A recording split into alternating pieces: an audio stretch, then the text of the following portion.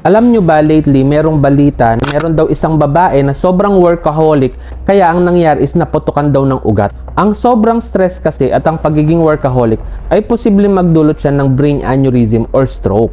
Ito po yung mga dahilan kung bakit napuputukan ng ugat ang utak, lalo na kapag hindi mo ito na ma-manage agad. Una, kapag sobra ka sa overtime at kulang ka sa tulog, nagiging prone ka sa hypertension which is a major risk in brain aneurysm. Pangalawa, ang matinding pagod at saka kawalan ng pahinga ay nagdudulot ng tension sa mga arteries mo na maaaring magresulta sa pagputok ng ugat.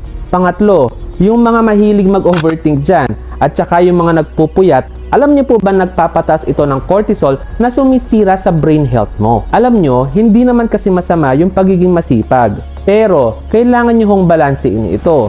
Ang pahinga ay hindi katamaran. Ito ay protection mo laban sa sakit. Ako na po yung nagre-request. Bigyan mo ng oras ang sarili mo. Kailangan mong magpahinga, mag-relax, at unahin mo naman yung kalusugan mo. Ang trabaho para mabuhay, pero hindi para maubos ang buhay. Ang pagpapahinga ay bahagi yan ng ating tagumpay.